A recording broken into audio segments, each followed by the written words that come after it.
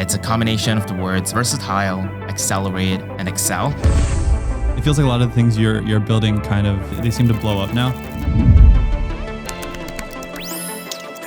There's a pattern amongst things that are seemingly simple to build engineering-wise, but has a huge viral factor. What was it about Guillermo that made you want to work kind of with him? It sounds impossible for someone to know everything, but the way he talks, it seems like he knows everything. So it's a very, very knowledgeable guy, incredible engineer, and now a founder as well. Have you ever considered going like the founder route? I consider myself a founder at heart, and it's something that I definitely want to do. If I were to leave Vercel, it wouldn't be to join another company. There's a lot of risk in that, obviously, but I'm excited and looking forward to taking that risk. Wait, was that it? No, best advice. Oh yeah, what's your best advice for someone that? I just literally said things that came to my mind. He's right though. No one has gotten through it that fast. No one's you're the first person that actually did the prompt.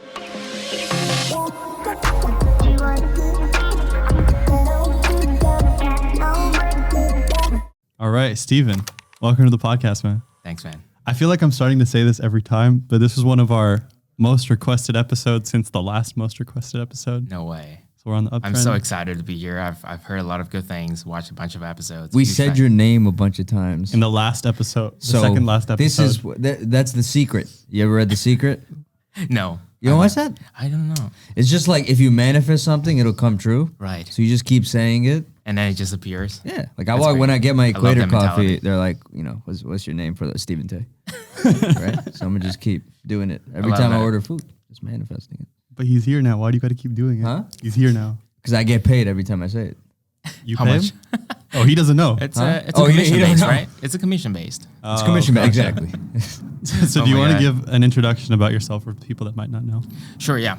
My name is Steven. I am a developer advocate at Vercel. Build templates, write guides, educate people on how to use Vercel's technologies like Next.js, the AI SDK, yada, yada, yada. And yeah, through that, before Vercel, I actually was about to start my own company. And right about when I was about to sign the safe note, the founder of Vercel, Guillermo actually reached out and he was like, why don't you join us instead and start your career here, learn more about open source, about B2B sales. And at the time, I was a huge fan of Vercel, and I didn't have as much conviction as I wanted in the company I was starting. So I said yes, and the rest is history. How long ago was that? That was 2 years plus now. It was July of 2021. Vercel hasn't been around for that long, though.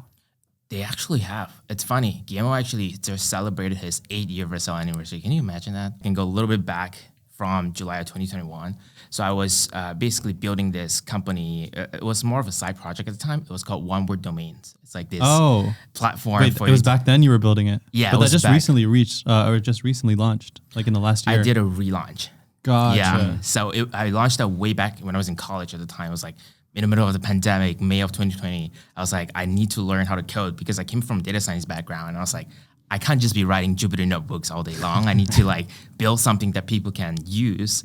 So One Word Domains was sort of like the way I learned how to code. I literally built that in Flask, HTML, CSS, none of the fancy web frameworks nowadays. And through that experience, I learned how to code, learned how to listen to users, add more features. It actually won Product Hunt Golden Kitty Award at one point, which is really cool. But from that, I was thinking of turning that into a venture-backed startup and add more features and think about how I can raise money and build a team, so on and so forth. And through that, I actually reached out to Vercel. I was like, I didn't DM. I sent a cold email to partnerships at Vercel. I was like, why don't we partner up? You guys have a domains product. I'm building domains product. So I can offer you guys, like an API or something. They did not respond. And then about a week later, I sent another email directly to Guillermo. And that's when he responded. He was like, we're not focused on domains, but we'd love to get to know you and your company. And that's how we got to know each other. That was about half a year before the July of 2021. Interesting. And at that point, what was Vercel up to? Kind of how, were they still legit? Were they already legit? Yeah, they were pretty big. They were focused a lot on front-end development and deployment and they didn't have any AI features back then. It was more focused on helping the developer have the most seamless deployment experience. And I tried out the product. I was a huge fan right away. Back then I was still using Heroku. sort of bought into the Vercel drug at the time, and it was fantastic. Yeah. What do you think it was that made Vercel beat out Heroku? Because I also remember when I first started kind of learning, well, the first thing I ever tried building was a social app, like every other person it feels like. And so when I was trying to build the web component, everyone was like, oh, you have to use Heroku. Yeah, I think there's a lot of factors. I think the main thing that sort of made it stood out was the focus on developer experience. Being able to push a change to Git, which is something that a lot of developers are already familiar with, and have that change be deployed instantaneously to globally to the web. That was something that back in the day, like it was unheard of, and Vercel sort of pioneered that. Now it's like everyone's already doing it, but back in the day, it was like really a wow factor. And from that, like we added a lot of more intuitive features, and also focus a lot on great design, and that's something that really made it stood out. The name is so much better. It was a different name back then. Oh, it was? Okay. It was like Zeit. That's why. Okay, interesting. What was it? Yeah, it was Zeit, Z-E-I-T. It was German for time. Z knockoff. Actually, how they land on Vercel? It's so clean. I know the story, actually. I mean, I wasn't part of it at the time. Do I tell. had no idea, but I read about it. It's basically they partnered with a branding agency that named companies like Sonos, like all these big, That's a good one. big So brands. this is a great one. That's a good one. Yeah, it's like this guy who sits by the river and like gets ideas for names to his head. I don't know. I heard this heard this around the grapevine, so it might I know not what be we're doing accurate. next.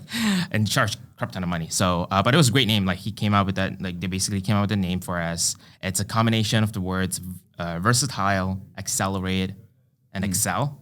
Damn. So 3 words combined. Good, man. Vercel. Pretty good. So that's pretty good. That's pretty good. Yeah, it was a good time. So that's basically how I got to Vercel. What was it about Guillermo that made you want to work kind of with him? I know a lot of the time, especially when you're going from like, you want to be a founder and then someone tries to convince you to join their company, which is the same boat we were in really about a little over a year ago. It really comes down to, I think, at least for us, it was like, oh, I want to work with Furkan. What was it about Guillermo for you? I think there's a lot of similarities to Furkan because funny thing, I actually got to know Furkan a little while after I joined Vercel, like half a year. So I did see the charisma and like how smart he is and just like the way he carries himself. Similar with Guillermo, like the first time I met him in person was him and his wife actually at Lafayette Park. We were getting like Bob's Donuts and we were just talking. Bob's Donuts. It was Is that good? Bob? That's what I was telling you about it's last the best time. donuts, Yeah. man. It's the best donuts in SF. Bro, that's literally a meet and greet spot at this point. Anytime you go there between like 12 a.m. and 2 a.m., you'll run into someone you know. There's like 5 seat deals happening. It's crazy. But yeah, it's a fantastic place, Lafayette Park. Highly recommend. But that's where I first met them. And even before that, the way like I met with Guillermo over Zoom a couple of times, and just the way he carries himself. And it sounds impossible for someone to know everything, but the way he talks, it seems like he knows everything. So it's a very, very knowledgeable guy, incredible engineer, and now a founder as well. So that sort of drew me in, being a technical founder, something that I wasn't before I built One Word Domains. Yeah. It was something that was very appealing to me, and I really wanted to get better as an engineer, really wanted to get better at fundraising, starting a company, hiring and managing people, and that really drew me in there. Do you think those qualities can be taught? Like the kind of the energy aspect, even with Furkan, right? It's like, oh, you just feel like the passion in it.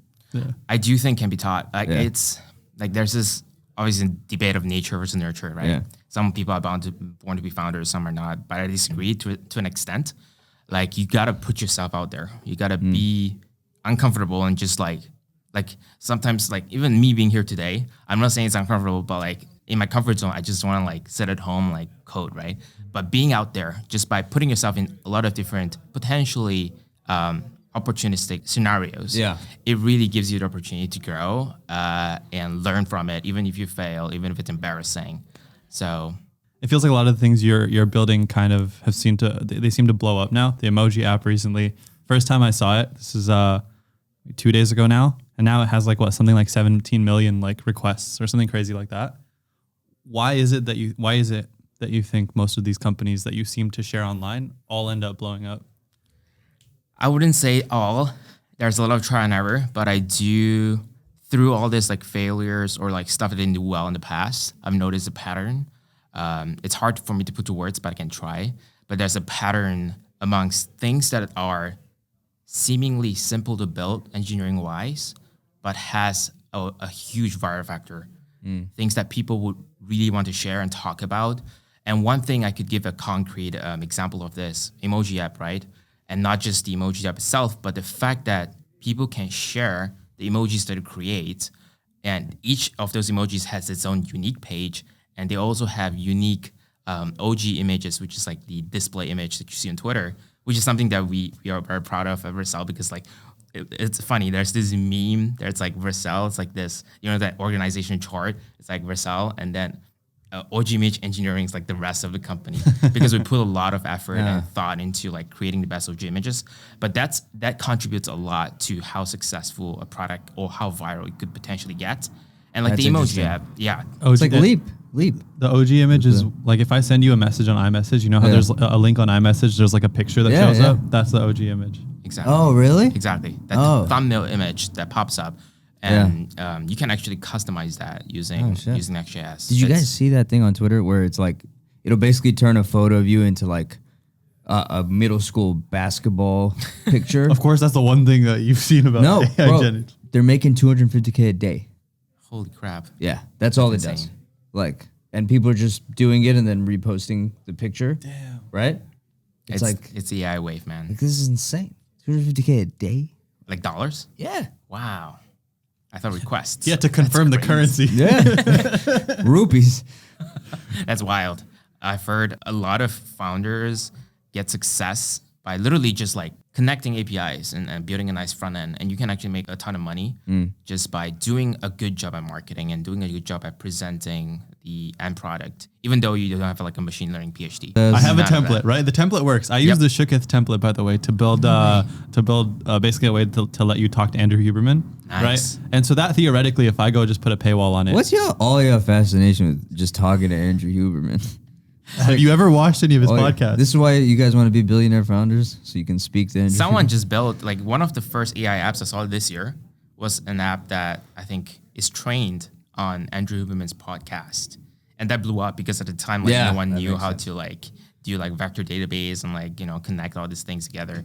And it blew up. So I don't know what's the fascination with that, but it's interesting. But now let's just say, for the sake of this example, I have a chat app that lets me talk to Andrew Huberman. How do I go and make that blow up? So like, let's say there are little things like the OG image. I could make it so that I could share a conversation. Let's say I ask him, how do I get over insomnia? When I send the link to you, it'll like seed it with my entire conversation with him. And the image is like how to get over your insomnia. And it's like an Andrew Huberman picture. Exactly. Yes. Okay. And then what's that's next? A good way. The next step is probably not do it on Andrew Huberman because it's a very small market. I mean, relatively big from a niche perspective, but like, for example, the emoji app, everyone related to that. Someone's building, I think Jordan Singer, he was a diagram awesome guy. He's building an iOS app for that now. And it's like, it's something that people can relate because emojis have been in existence and like literally how people communicate in this day and age. So you got to find something that people can relate to. Andrew Huberman, a small portion of people. Okay, let's take someone that everyone knows then. Logan Paul. Oh boy. Taylor Swift. Do Taylor Swift. Taylor Swift's great. Yeah, let's do Taylor Swift. Let's do Taylor. So now I built an app that lets you talk to Taylor Swift. There's the little image thing where I could have a conversation with her and share it with Vishal so he can see a whole conversation and start a new chat right there. Yep. So now the app works. How do I go about getting my users? TikTok. Instagram. TikTok. I'm not the best at TikTok marketing, to be honest. I've not done much of it, but people have found success. Like if you do a really good reel or TikTok and it blows up. What goes into the reel? Is it me with the green screen effect? Like talking about my conversation or what? It's like those crudely produced shots of like your app. You literally record the laptop. Those do really well. Actually, those actually do well. That's crazy. Yeah, someone made a viral video about them like showing their like ChatGPT. They were showing their laptop screen with their phone. Was it McKay? I think so. The Loom founder literally commented on it, and he was like, how do I get you to use Loom?" I saw that. The guy replied, he was like, "I love Loom, but these are the videos that go more viral. If you actually record it with your phone, it'll go more viral than a screen recording." Is there like a technical reason for that? Technical. It's As not in like an with the algorithm. algorithm, it's People are just desensitized to seeing screen recordings now. Really? Yeah. It feels too artificially like manufactured. People don't want to get sold. They just want to see cool stuff. Like people say how to market to Gen Z nowadays is not by, you're using all these professionally produced marketing posters. Instead, you should be doing something very like authentic and seems casual, but there's like a buried message in it. I saw this finance app like back in like I think earlier this year that blew up because the founder made videos of how Gen Z spends money, how billionaire spends money, how and Is it like Rocket they don't, Money? No, I think it's called Oops.app. Oh, Anyways, it blew up name. on TikTok. Okay. That's a really cool case study, actually. Yeah. It blew up on TikTok because the founder made these videos, never mentioned the app at all. And people were like, wow, this app looks awesome. So people were like, wow, this app looks awesome. Oh my God, look at the number. And then they would be like, oh, you know, it's Oops app. Bro, look at the number. Show him.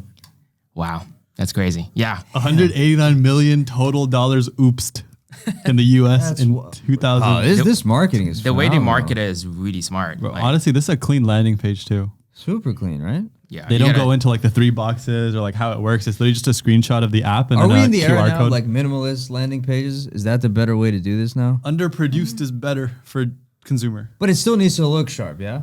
Like, it shouldn't look like, the design shouldn't be like a mobile phone recording. That's of, funny like, you mentioned that because Guillermo just tweeted out today about how less is better and compared both Yahoo and Google's landing page.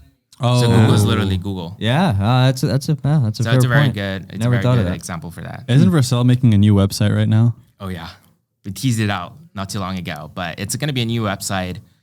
I wouldn't say it's that much simpler or like it's just a different vibe and more professional. I would say. It's so clean. Develop, preview, ship. Do you know what any of those mean? What? Yes. Ship? Yes. Hell yeah, It's always Fleet be Week. shipping. It's Fleet Week. Those are planes. Plane week. No, but it's a very bittersweet moment because develop preview ship has been in our DNA, like Vercel's DNA for the longest time, and now we're moving away to something a bit more broad and appeals to a much larger audience. And I think it's required for us to get to the next level. But it's definitely like parting with your first car. I totaled my first car. You totaled your first car? Yeah. You did. How? Wow, I just hit something. Someone? Something? Something. It a was big like difference. But the problem was it was like a steel Dodge like truck, like an old one. That right? was the something or that It's was made your of car? steel. No. So I'm in a Civic. So Oh, my geez. Civic crumples. That thing doesn't even have a dent. Like, I just sold my first car. you did? What was yeah, it? not too long ago, huh? What was it? It was a 2018 Porsche Macan. Not nothing Oh. fancy, but it was a very nice car. Okay. Why'd you But sell it? Because I moved to SF. I was in Dallas. You just before moved that. to SF, like recently. Yeah. It's a long story, but I used to live here, moved to Dallas not too long ago, Okay. and now I'm back. Wow. Why'd you move to Dallas in the first place? My girlfriend partner had a job that was in person that required us to move. So we moved together. We both got sort of tired of Texas not having enough like nature stuff or beaches or hikes, and also not a big tech community. So now we're back here. Yeah, back Dallas is tough. Austin's a little better for that. Still in not Dallas. great. Exactly. Remember, like we walked outside for a walk, and it was like we were like on the side of a freeway. I remember. Yeah, Oh, yeah. yeah, It was yeah. like Like How 90 long? degrees, It was and we like were like, 90 "Yeah, this isn't the same." We were like, all right, we're just gonna go to a gas station, and then we were like walking for a good 30 minutes just to get to. We the were gas like on an station. on ramp at one point, and I was like, That's the exact experience that we had. I was like, "Hey, Google Maps, bro! Like, you don't want to tell me Yeah, it's because an on ramp." he put the car direction instead of the walking direction, so I thought he was a car. it's always like a 5-minute drive, Yeah. 2-hour walk. It's like, god damn. It's just like a little free. You get off the Highways freeway everywhere. Yeah. That's why I'm always bullish on the SF thing. Because I was like, bro, you're not gonna like go to Dallas, Austin, Miami, even New York. Like, it's not gonna be the same as this. 100%. 100%. New York too. Yeah, like Okay, just New York. I mean, New York is a different vibe. It's great too. I'm Hard just to the compare. vibe. Yeah. Like I'm saying, like if you want this vibe, Yeah. and you like this, and you're like, oh, the vibe is just tech people. It's not just like tech people. The city has a very distinct vibe. Oh yeah, 100%. You can't find it. Well, it anywhere also else. depends on what you work in and like what your job. Sure. So like, what's your day in the life look like? Ooh, a lot of You wake up, you cold shower, you meditate. none of that. No. He cold showers, wakes up, and then meditates. Ooh. Think. No. I meditate, cold shower, and then wake up. Oh shit! Damn, you went up. How did you went up? That's crazy. Sleep is meditation. Yeah, but how do you cold shower? Don't ask too many questions. Right. Don't ask questions you don't have the answers to. No, but it's a very, I don't know, like people always say that this like cold showers and the meditation, like it's funny, I don't do any of that, to be honest. I have a very mundane, I would say, like day-to-day routine. Like just wake up, get to my laptop, eat some breakfast, and haven't been going to the gym enough recently. I'm trying to get back to it, but usually I would go to the gym and then work, and then, spend some time in the evening with my girlfriend. That's pretty much it. Is your like day to day? Are you in like a lot of meetings? Not as much as I used to. I used to do a lot of meetings back then, but now this quarter especially, we're focusing more on guides and written tutorials and like templates. So not as much meetings as I used to do, but still a sizable amount. So your job, like title officially, is like you're like a developer advocate. Yeah. So what does that entail? Like, what are your responsibilities? That's a good question. It's quite a broad spectrum. I do everything from making guides and templates and tutorials to meeting with potential customers, potential technology partners, all the way to like dealing with user requests and user feedback on social media or on GitHub discussions and that kind of stuff. So it's a bit of everything, which is what I like, because I'm a sort of a restless founder at heart, and like I like just being able to have a hand in everything. A lot of it sounds like customer success too, and just like client management. It's a big thing, yeah. Customer success is like at the root of our DNA, at Vercel especially, because we obsess over the customer experience and make sure that everything is going well. So that's a big thing. My favorite part of Vercel is like the product design team. And it's like, it seems interesting how you guys managed to get almost every single design person on Twitter to work at Vercel. Like you have Rano, you have Paco, Emily, I think. We used to have Paco. Oh, Paco's He's at Linear now. No way. Oh, yeah. Wow. He's doing fantastic things there though. He was one of the best. But yeah, we do have a bunch of really amazing design engineers. That's what we call them. Folks who are well versed at design, but are also fantastic engineers. Oh, they're engineers. Yeah, like for example, Shadsian. You probably heard of it. Of course, yeah. That's half of the Dylan episode was talking about Shadsian. That's awesome. Yeah, he's fantastic at both having a design sense and also building out design systems, engineering it, and making sure everything works well. So there's a lot of these folks that are Vercel, and those are like, I'm a huge fan of those people too. What's sick is the events they do too, right? In terms of like building that community. Yeah. Because like a lot of guys in your stage, they'll stick to online and build that community, and they won't spend a lot on events. What was the last event called? It was Ship? Vercel Ship? Yeah. Yeah, I think that was also, we had an in-person component to it. But in the past, we've always stuck to online. I think it was not until last year that we did our first in-person hybrid What was the reason for like the switch? I think it's more like enterprise pipeline, and we want to generate more of those, and it's better to build those relationships in person. Yeah. Okay. And as we scale and we focus more on enterprise, I think that's sort of the direction we're going to. But it's really funny. Literally today, my team meeting with the rest of DevRels at Vercel, Lee Rob, who is like the head of DevRel, he actually shared this image about what's it called? Like it was a survey that was done on a bunch of developers as well as a bunch of DevRel leaders at different companies. Yeah. And turns out developers don't care as much about in-person conferences as much as they do about documentation or tutorials or even answers on Stack Overflow. So that makes sense. There's definitely a balance that has to be struck between doing in-person conferences, especially when you're a smaller company. That makes sense. I feel like a lot of let's take Abe, for example. He doesn't strike me as the guy who would like go run around to conferences. He's just like building. I think, so the accelerator comes into play there. I do think. And then the hackathon. Vercel's accelerator was interesting. I feel like everyone I talked to said it was awesome. They got a lot of credits, but it was mostly just a marketing thing, more so than like Vercel trying to build an accelerator. So the Vercel Accelerator was more of an investor, connecting investors with AI founders, and we've heard a lot of good reviews from those founders about like so many investors reaching out to them and like quality investors as well. That did really well. But I really want to go back to the point about in-person conferences and how much sometimes like this is becoming like a distraction in a bit. So like it's important to be shipping. Like the funny thing is when I was in Dallas, the fact that there wasn't a big tech community gave me the time and ability to focus on give shipping. yourself permission to stay at home. Exactly. I was just shipping all day, and it was great for like being able to ship stuff on Twitter. But obviously, like being in person is different, and this event right here proves that like you have a much stronger connection with people in person. When did you learn to code again? So I came from a data science background, right? But when it comes to web dev, that was like in 2020, so not too long ago. Damn, that's not long ago at all. Yeah. When you started, do you feel like you were more so inclined to go to these conferences? No. Really? I have no idea though. You just don't like people. But I don't think that's a him problem. I think that's more like how these conferences, like you said, like you go to a conference, you're not shipping. Like, what's the point? What's the opportunity cost? Yeah, so I feel like what does the ideal like actual fun conference that you want to go to look like? We hosted a thing almost a month ago now. I called it After Hours. I just got all my friends together at the office and we locked them in from like 7 p.m. to like 12 a.m.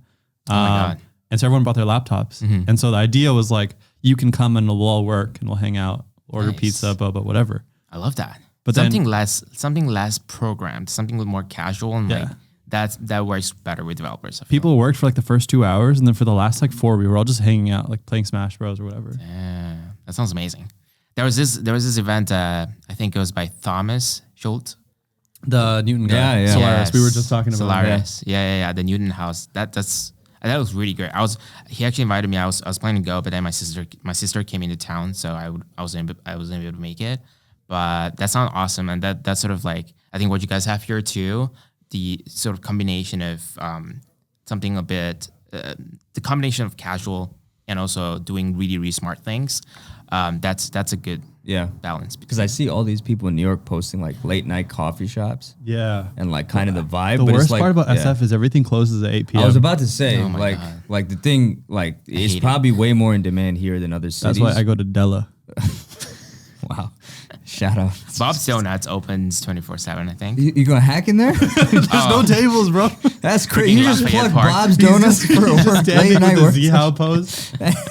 Dude, that's Let's crazy. put a picture of that. Yeah, Eric, you gotta put a picture of Z-How. Shout out Z-How. No idea. What's that? It's a company called Zeet. Oh, Zeet. Yeah, Z-How's one of the a founders co-founder. there. He like stands around our office with his laptop against his stomach and like looks down and codes like this. Oh my God. That's how he does it. That's what you do in Bob's Donuts, right? Yeah, Co-working exactly. space. Exactly. It reminds me of this post by Levels.io. Peter Levels. Of his like he just Oh, yeah. working Oh, yeah, in a they're bad like- posture. But like going back, like the events thing too, like ROI, right? Because you're talking about enterprise and like doing these kind of You about to sell you on an event. awareness plays. It's not even necessarily selling you on an event. I'm just curious, like how companies like yours evaluate that versus a much smaller company that isn't making, let's say, as much revenue with enterprise clients. I think that's $1 million question. If you're a smaller company, I'm not sure if events like large scale events will be the thing, but you could potentially do smaller, less formal meetups of 20 to 40 folks that you think could be a good fit for your pipeline. Obviously, if you're B2B SaaS, right from the start, you got to start making pipeline. You got to start working with enterprise customers, and that's how like folks like Jared Palmer, who joined Vercel about a year and a half ago, I don't remember, but he had like 20 plus enterprise customers already for literally the product Turbo. I think it was called Turbo Repo at the time. And that's like it's important to be able to build those relationships, and conferences might not be necessary for that. You could do small events. You could even do it online async. What's important is the brand and like how you represent. Like if you're already well known, you have a good audience. That's a big thing too. So I feel like the highest ROI things for me, at least a year ago, were like the 10 to 15 to 20 person meetups, dinners. Like we did Corey's Rooftop like a year ago. So you'd meet like a few people. You meet that a few you had people. a time to connect with. Yes. Exactly. Because then was it Corey Levy? Yeah. Nice. So like I love these meetups. Yeah, the cool thing with those meetups in general is just like, you know, the caliber of people is really high, and you know that there are few enough people to where everyone gives each other time to have a conversation. And so those are the people you actually end up having the chance to work with later. Or like you could ask them, like you could, send investor to them or get an intro from them, or like just actually become friends. Whereas at conferences, when there's like 1,000 people and everything's moving super fast, the ROI is kind of low unless you're one of these companies looking for something or selling something. Yeah, 100%. It's better to do a smaller event with higher caliber people than just like blow out. If you had to host an event, then a 15-person event, who's on the list specifically for let's just say like developer. Damn. Web devs. Damn, putting me on the spot here. I don't know. Obviously, KMO, Shatian. Who else? Don't just do all Vercel. Apart from those guys, no one else can work at Vercel. Who else are you going to invite? You don't have to fill the whole list, but yeah, there are a lot of awesome. Like, does it have to be SF specific or just? let's host it in SF. This is going to be a real thing in like a month. I'm telling you. I just literally, the funny thing is I know them by their screen name, but like I know their picture, I know their screen name, but I don't know their actual name. It's the weird thing. It's like with the Twitter. most crypto. Like thing ever. that's the most gamer thing ever. You don't a know their gamer name. thing? You just Yeah, know what their the like tag. icon is. Exactly. Oh my god. That's like when Hubert didn't know he was playing with the son of like one of the Lakers owners. Oh yeah. Right. Wait, what's the? You should tell the story. Well, it's a Kurt Rambis's kid. Do you know who but- Kurt Rambis is? Okay, are you a sports guy at all? Not so much. Okay, but Hubert runs our investments here, but he's a huge gamer. Nice. But he's got like all these people in his network that he just games with. They're like super famous and like well-connected people that he's just oblivious to because all they do is like play games and Oh my like, God. just kind of hang out with each other. Like they don't really talk about like the business Yeah. stuff. Yeah. And it's like, he's like mentions like, oh yeah, I know Kurt Rambis' son. And we're like, what do you mean you know Kurt Rambis? This is like the GM of the Lakers, like a legend, Hall of Fame or whatever. And then he's like, oh, he always takes pictures at the Lakers court. That makes sense. I was like, you never wanted to ask. You're a Laker fan, or? Yeah. Oh my god, it's crazy. I also think there should be less. Well, no, I think that one of the coolest types of events is where you bring together people that are all somewhat related in the same industry, but it has like the event has nothing to do with the industry. So one of the things we've been talking about is there's a movie theater in Fort Mason. It costs $10,000 to rent it out, and it's a 400-person movie theater with a really big lobby. Wow. I want to host a movie night for all of SF, like all of people in tech. Nice. We'll make the tickets free. We'll pay for it ourselves. But like we should just do a marathon of like Dune and Interstellar and like 2001 Space Oh my Odyssey. god. Yes. I will like literally sign up the minute. Are you going to co-host it with me? Heck You don't yeah. got to do anything. You just got to tweet about it. What's the Heck movie? yeah. What's Okay, the bet. movie you would Those pick? 3 movies are fantastic. All right. Dune, What- Interstellar. Give us like a sleeper Inception. sci-fi one. Sleeper. Ooh, I have Inception. one. I have Inception's one gonna be that on the list. everybody needs to watch if they haven't watched it. Inception. It's not. It's so sleeper. You get what I'm saying? Like something a everyone's little like less well known but underrated. Yeah. Huh. Because I got a good one. Her. What is it? Ex Machina, Oh, the new one or the old one? the old one. Oh my god. It's fantastic. That's so good. Oh, It's sorry. I was so thinking about Blade Runner. Okay, sorry. Ooh, Blade Runner is a good one too. but Blade Runner is a good one Yeah. because I feel like a lot of younger people haven't seen the original. Yeah. Like Ex that's a Machina good is a one. fantastic Ex Machina option is too. awesome. Wow. I should have came prepared with this, but there are so many. Like I used to watch. I'm a huge fan of Hans Zimmer. I mean, Okay, Hans Zimmer is yeah, more of of a course. he's the one who makes the music, Music, yeah. in the films. But See why you like Inception? David Fincher films. Oh, you're a Fincher guy? Yeah. Okay. Yeah, Social. It's Social a bunch Network. of sci-fi movies and then the Joker because we're in SF. I think Social Network works. Oh, we Wait, should. Social Network Fincher was is great. Joker? No, I just like the Joker. Oh, okay. It's just a good movie. SF is But yeah. Gotham. Social Network is a great one. Right? All right. Yeah. This is happening, by the way. End of the month. We're going to do it. You down? Yeah. Actually, Actually. I'm super down. Yeah. Okay, we're going to clip this. I sent you the quote. He It's did. not, He it's actually not sent a me the lot. quote. It's not too much. Oh my god, Okay. that's great. Maybe a little, little Vercel sponsorship there. Ooh, is this going to be the first Vercel effing hackathon? Oh my God. Wait, where is it gonna be? Which Here. theater is it? This? Right here. The like Cal- across, Cal the, Theater? across the street. Yeah. There's a theater on It's the like water. up to, it seats nearly 500. It's a really nice Yeah. theater, like Wow. red seats, everything. Damn. Okay. I'll definitely be interested. I mean, Let's do it. personally, I can't speak for myself, Yeah, but yeah. it's you and me. It don't got to be Vercel. Heck yeah. But you should bring As Vercel. long as you tweet about it, it works. You just got to tweet about it. I'm You know happy what to. saying? And then we're also going to show the AI girlfriend video. No.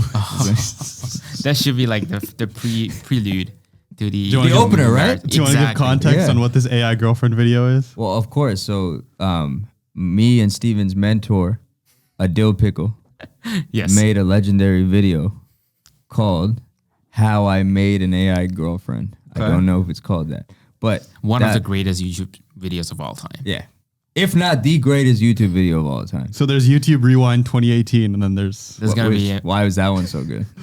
Was it the one with like the guy looking through the like do you know what I'm talking about? Like, oh, it's rewind time. No. Dude, guys, come on. I feel old now. I know I know what you're talking about. I just don't know if that's the one. Yeah. Actually, that one might have even been after. Oh, probably. Yeah, 2020. I think the that last one's one. after. Which was the one that Will Smith opened? Oh, that one sucked. No offense, Will. Big fan. Big fan.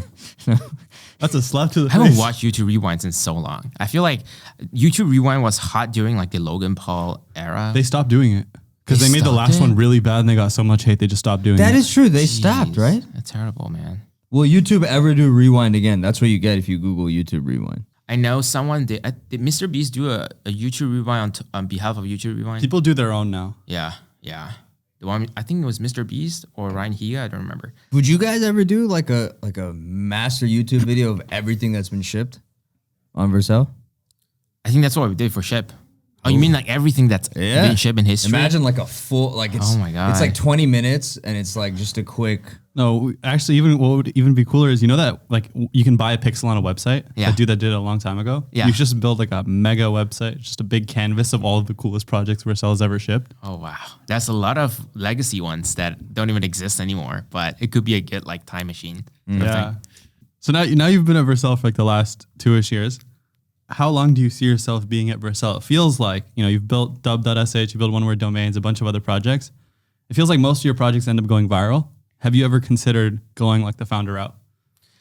That's definitely always been at my heart. Like I consider myself a founder at heart, and it's something that I definitely want to do. If I were to leave Vercel, it wouldn't be to join another company or to join like, I don't know, Big Tag or Fang. It would be to start my own company. And I think there's a lot of risk in that, obviously, but I'm excited and looking forward to taking that risk.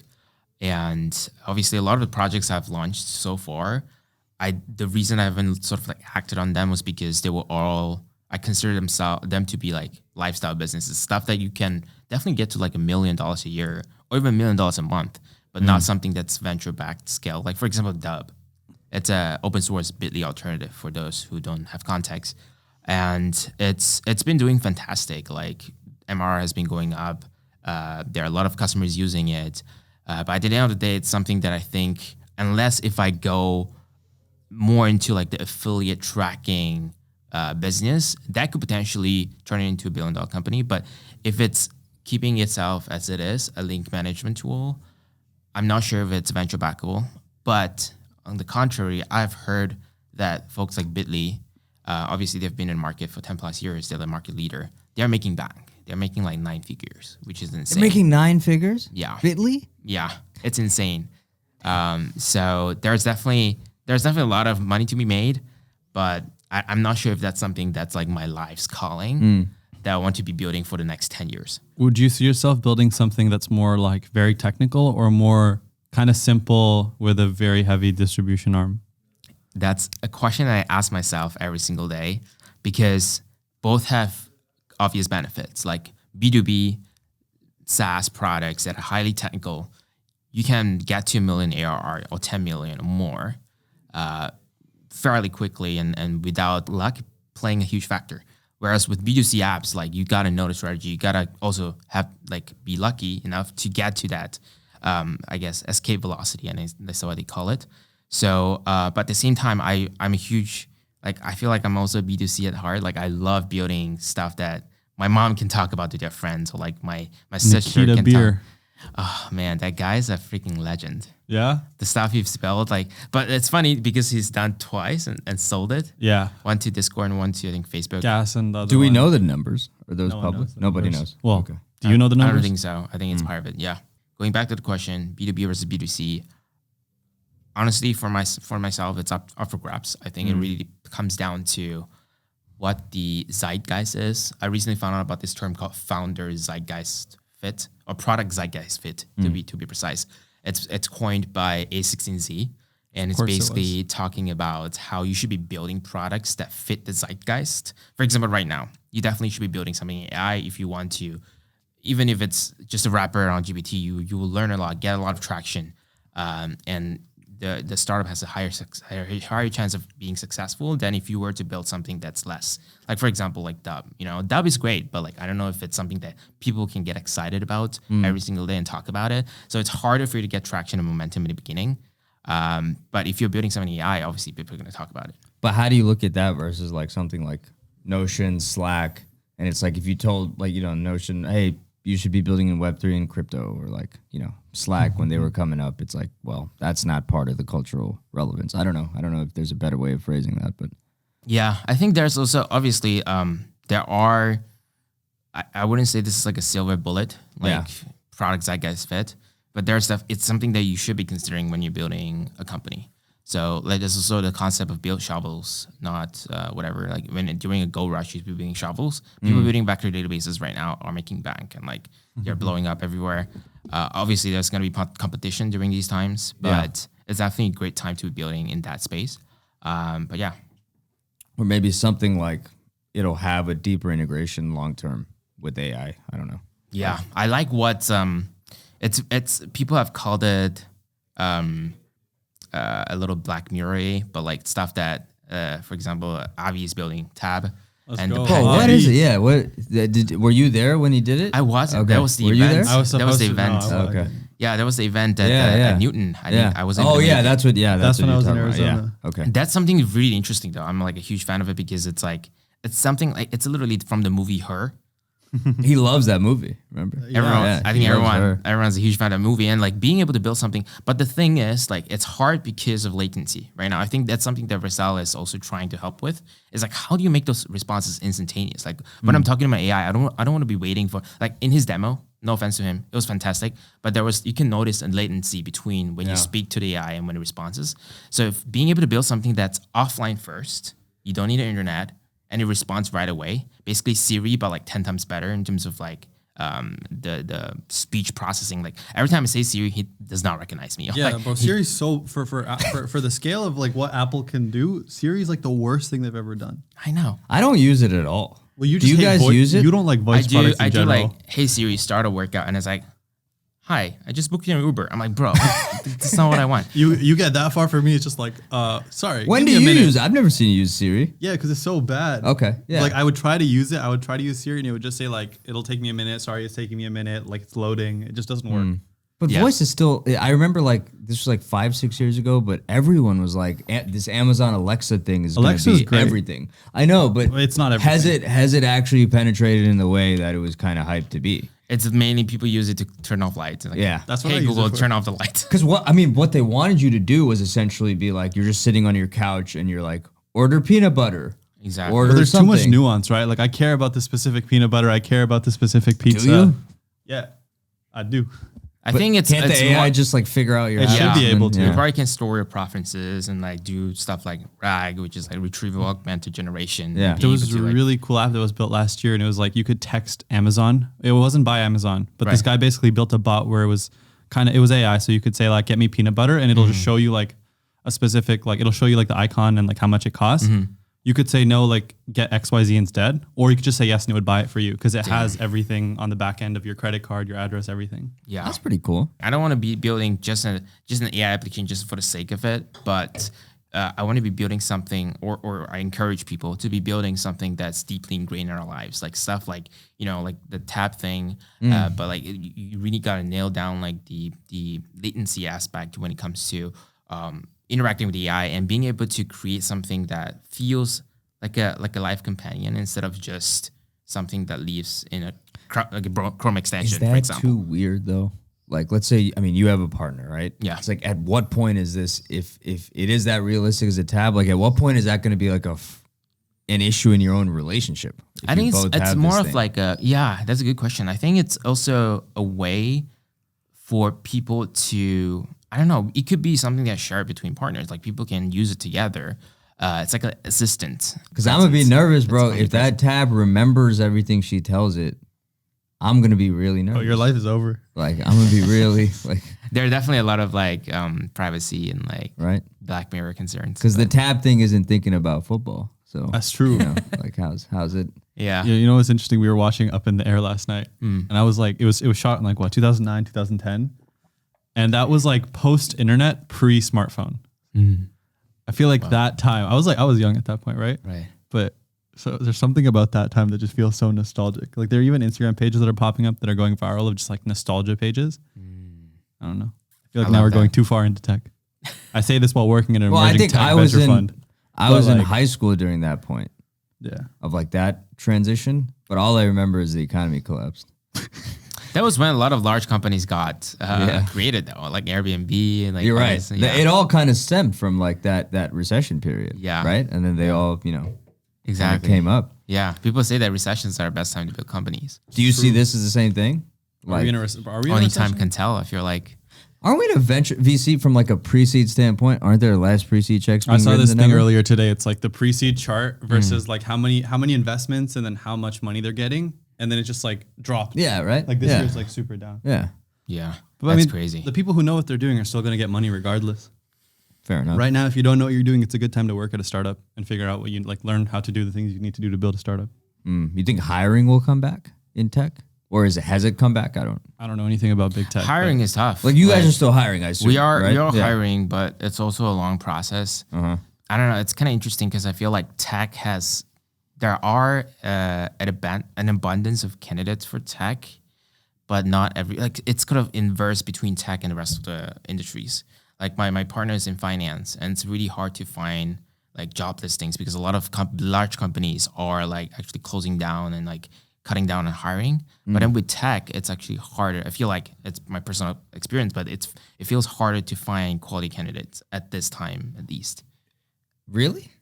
I don't know. Is that like engineer versus like a developer, like a DevRel? Is I think it's like technical in general, like just Yeah. engineers and support and like because they say maybe like it's that. just yeah. my experience. But now it's more important than ever to actually have a personal brand related to what you do for work.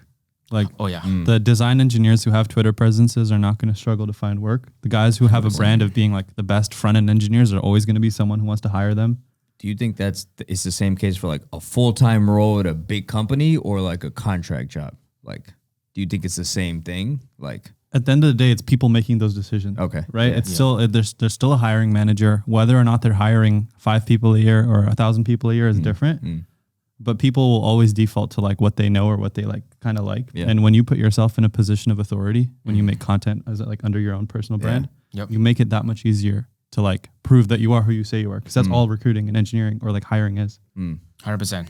And like, especially in open source too, like if you have a GitHub profile and it clearly shows that you've worked on all different projects that has a bunch of traction, that's also a big thing. So that's why I'm really glad that I made that decision 2+ years ago to join Vercel, because I've grown so much, both in terms of Twitter following and also becoming a better engineer and doing more open source work.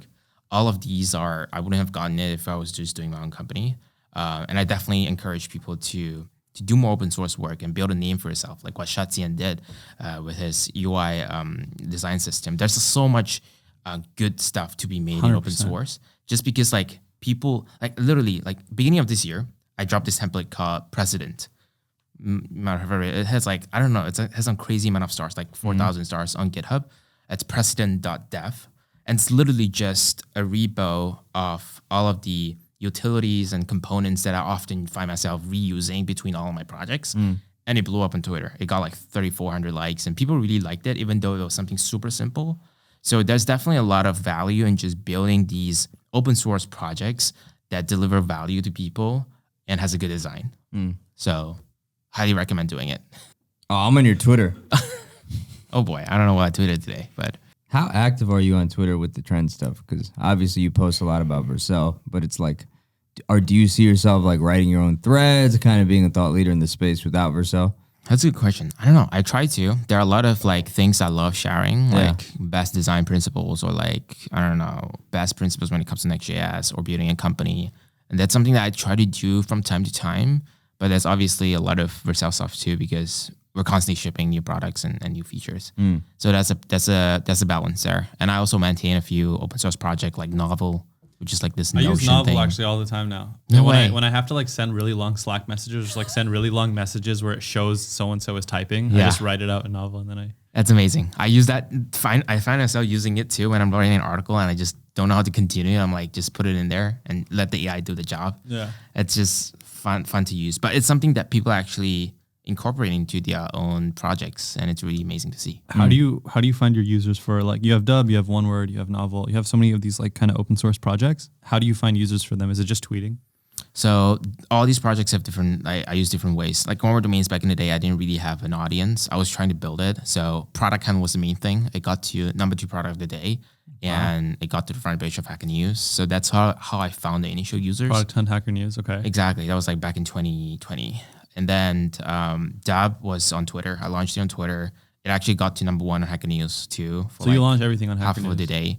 Yeah, I try. Hacker News is sometimes it's a hit or miss. What do you write as your titles? Do you just like write what it is, or do you come up with some obscene like one like phrase? People love in Hacker News. People love open source alternative too. Or like I made it. They like it when you're genuine and not like some marketing title. I made an open source alternative to Bitly. Exactly. That's what I think that was the exact title. No. Damn. That's crazy. So yeah, Hacker News is a great way. Obviously Twitter as well. And Twitter, people love good like videos on Twitter. Like the one I did for Novel, it did really well. I think it was the pin tweet. Yeah. You can see that. Yeah. And I just edited that myself, and it was just really fun to build something short, but also shows the value of what you're trying to create. And yeah, there's a viral factor there.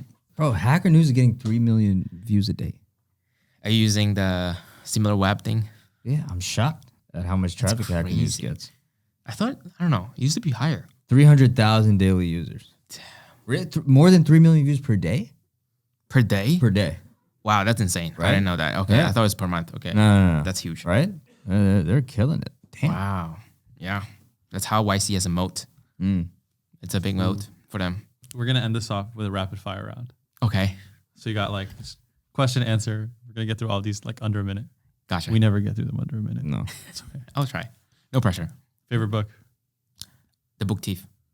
favorite movie, Inception. main inspiration on Twitter. What? Your main inspiration on Twitter. Dill Pickle. Raji. Nice. It's kind of weird, but okay. No, but he tweets some really good stuff too. So that's why I use the inspiration. Okay, good.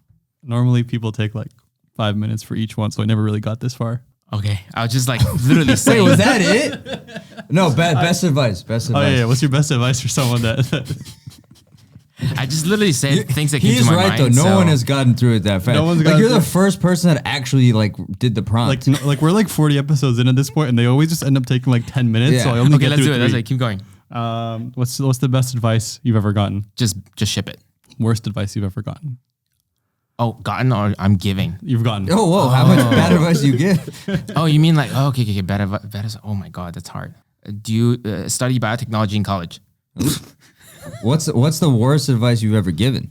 Ooh. Given. Buy Solana. Buy Solana. Yeah, I was about to say, or buy Dogecoin. You gave that? You told someone to do that? No, it was a very casual like Okay. sort of conversation. That's I told my friend to I buy don't it know, at that's 190. Very casual, costing millions of dollars. Put $1 million in Dogecoin. I mean, I didn't do that, but I have so much bad advice I've given. Like what? Well, the worst by far, like the most financially costly, is like my buddy played like a Fetty Wap record, like because he's a manager. He was trying to sign him, and we were like all in the room. He's like, "What do you guys think?" I was like, "Yeah, this guy sucks." Fetty Wap. Yeah. Oh my Before he God. blew up. Yeah, it was like it was literally Trap Queen, and I was like, "No," it's like I don't hear it. Oh my God. Like I'm good. Like don't sign this dude. Fail.